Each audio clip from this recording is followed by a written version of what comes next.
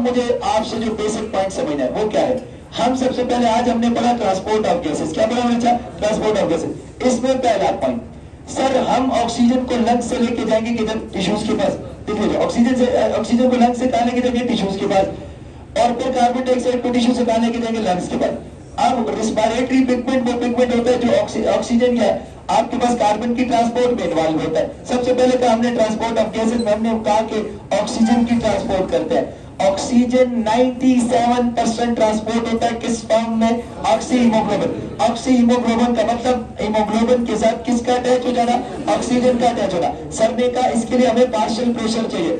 Alveoli में partial pressure ज्यादा होता है, कैपिलरीज में पार्शियल प्रेशर कम होता है, इसलिए ऑक्सीजन डिफ्यूज करके किसके साथ बाइंड कर जाता है? हीमोग्लोबिन। अगर जितना प्रेशर बढ़ाओगे इतनी एसोसिएशन बढ़ेगी। ऑक्सीजन का हीमोग्लोबिन के साथ जुड़ना क्या कहलाता है?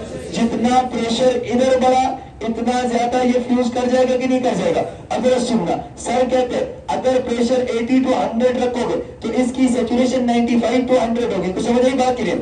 यानी अगर तीन साइड पे ऑक्सीजन है तो इसे पार्शली सैचुरेटेड कह सकता हूँ। Yes sir. अगर चारों साइड पे ऑक्सीजन है तो इसे फुली सैचुरेटेड कह सकता हूँ। Yes sir. पार्शली सैचुरेटेड और फुली सैचुरेशन के लिए प्रेशर का डिफरेंस चाहिए कि नहीं चाहिए? तो सर एक बात करते हैं, ऑक्सीजन का हीमोग्लोबिन के साथ जुड़ना ऑक्सी हीमोग्लोबिन की फॉर्मेशन करता है एक एंजाइम की प्रेजेंट में। This enzyme is called carbonic anaerobic. जब ये आपके पास किसी टिश्यू के पास जाता है तो उस टिश्यू में क्या होता है? टिश्यू में ऑक्सीजन का प्रेशर कम होता है, कैपिलरीज में ऑक्सीजन का प्रेशर ज्यादा होता है। एवरी कैट का पॉइंट याद रखना, एफएससी की किताब में लिखा हुआ है कि कैपिलरीज के पास तब प्रेशर, अगर कैपिलरीज फुली सैचुरेटेड है तब प्रेशर है 100 मिलीमर्क्यूरी एचजी। कितना?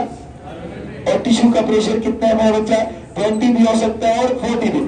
जितना यहाँ पे प्रेशर ज्यादा होगा यहाँ पे प्रेशर कम होगा तो डिसोसिएशन होगी। कुछ समझ आई बात की?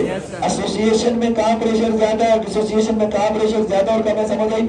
एक बार सिंपल जीवन एमडी कैट का एमसीक्यू सॉल्व करना है। ऑक्सी हीमोग्लोबिन की फॉर्म में कितने परसेंट ट्रांसफर होगी? बाकी सर ने का किधर गया? अच्छा, डिसॉल्व फॉर्म में। डिसॉल्व फॉर्म में कितने परसेंट ट्रांसफर होगा? 2 से 3। एमडी कैट का क्वेश्चन आ जाए, कार्बन ज्यादा डिसॉल्व फॉर्म में ट्रांसफर होती है कि ऑक्सीजन? तो कार्बन कम ज्यादा होती है और ऑक्सीजन कम होती है। अब मैं तुम लोगों से कह कार्बन डाइऑक्साइड, ये तो बड़े अच्छे से समझाया, मुझे बताओ ये क्या होता है? इसे वन लाइनर जरा सुन लो। कार्बन टिश्यू से आके आरबीसी में आती है, कार्बन टिश्यू से आके आरबीसी में आती है, आरबीसी में कार्बन रिएक्ट करती है वाटर के साथ, किसको बनाती है? कार्बोनिक एसिड को। कार्बोनिक एसिड फिर टूटता है, किसको बनाता है? बाइकार्बोनेट। और प्रोटॉन को, प्रोटॉन हीमोग्लोबिन के साथ जुड़ के हीमोग्लोबिनिक एसिड बनाता है। जबकि बाइकार्बोनेट आपके पास किसके साथ रिएक्ट करता है? सोडियम के, सॉरी बाइकार्बोनेट बाहर आ जाता है और आरबीसी से कहा गया प्लाज्मा में। प्लाज्मा में ये रिएक्ट करता है किसके साथ? सोडियम के साथ। तो सोडियम बाइकार्बोनेट की फॉर्म में ट्रांसपोर्ट हो जाती है। जब बाइकार्बोनेट बाहर आएगा तो बाहर से उसके रिस्पांस में अंदर कौन जाता है? क्लोराइड। क्लोराइड अंदर जाके किसके साथ रिएक्ट करता है? पोटेशियम के साथ। क्लोराइड को पोटेशियम क्लोराइड बना दिया। अब सर ने कहा 70% कार्बन किस फॉर्म में ट्रांसपोर्ट हो? बाइकार्बोनेट, जिसमें से 23% सर ने कहा 23% हीमोग्लोबिन के साथ जुड़ती है और हीमोग्लोबिन के साथ जब जुड़ती है इसे कार्बोक्सी हीमोग्लोबिन कहते हैं और 23% इस फॉर्म में ट्रांसफर होती है। और लास्ट में बोला प्लाज्मा में कितने फॉर्म में ट्रांसफर होगी? 7%। मुझे बताओ मेरा बच्चा क्लियर हो गया? यहाँ तक शुक्रिया। अब इससे आगे एक दो बातें वैसे ऐड करता हूँ, सुने।